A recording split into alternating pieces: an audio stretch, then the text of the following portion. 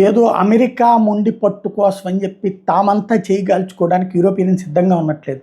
యూరోపియన్లో కీలకమైనటువంటి పాత్ర పోషిస్తున్నటువంటి ఫ్రాన్స్ తాజాగా పెద్ద ఎత్తున రష్యన్ ఎల్ఎన్జీ ఉంది.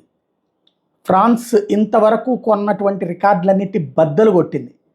బెర్లినేర్ జెటాంగ్ దీంట్లో ప్రత్యేకించి ప్రొజెక్ట్ చేసుకొచ్చారు. ప్యారిస్ అనేటటువంటిది రష్యా నుండి ఎల్ఎన్జీ కొనుగోలు విషయంలో వెనక్కి తగ్గనని తేల్చి చెప్పింది. తద్వారా యూరోపియన్ యూనియన్ అనేటటువంటిది రష్యా నుండి లిక్విడ్ గ్యాస్ కొనుగోలుల్లో ఎక్కడా వెనక్కి తగ్గట్లేదని తేల్చి చెప్పింది. ఓవరాల్గా EU కంట్రీ వచ్చేటప్పటికి 600 మిలియన్ యూరోస్ ఫ్రాన్స్ ఈ వ్యవహారానికి సంబంధించి మాస్కోకి పే చేస్తోంది. 2024లోనూ కొంది, 25లోనూ కొంది. ఎక్కడా తగ్గట్లేదు.